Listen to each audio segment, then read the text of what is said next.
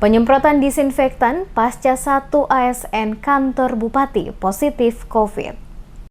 Pemerintah daerah Kabupaten Maluku Tengah mengambil langkah antisipasi dengan melakukan penyemprotan pada lantai 3 di komplek kantor Bupati Maluku Tengah. Sehubungan dengan salah satu aparatur sipil negara atau ASN pada kantor Bupati Maluku Tengah yang terkonfirmasi positif COVID-19.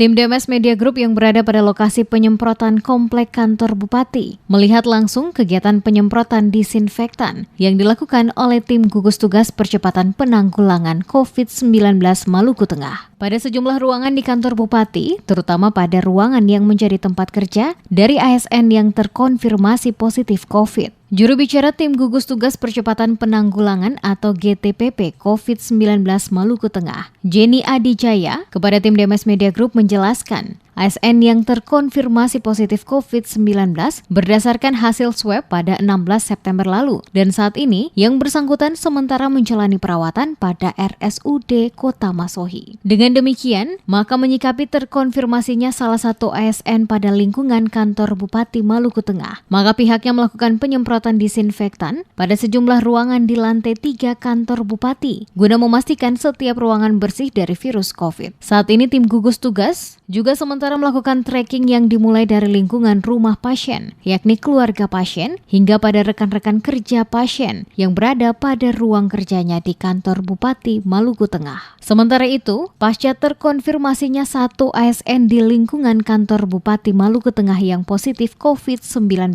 rutinitas perkantoran pada komplek kantor Bupati Maluku Tengah berjalan seperti biasanya. Belum ada instruksi langsung dari Bupati untuk memperkerjakan seluruh ASN pada kantor Bupati dari rumah masing-masing, karena sejumlah ASN masih berkantor seperti biasanya.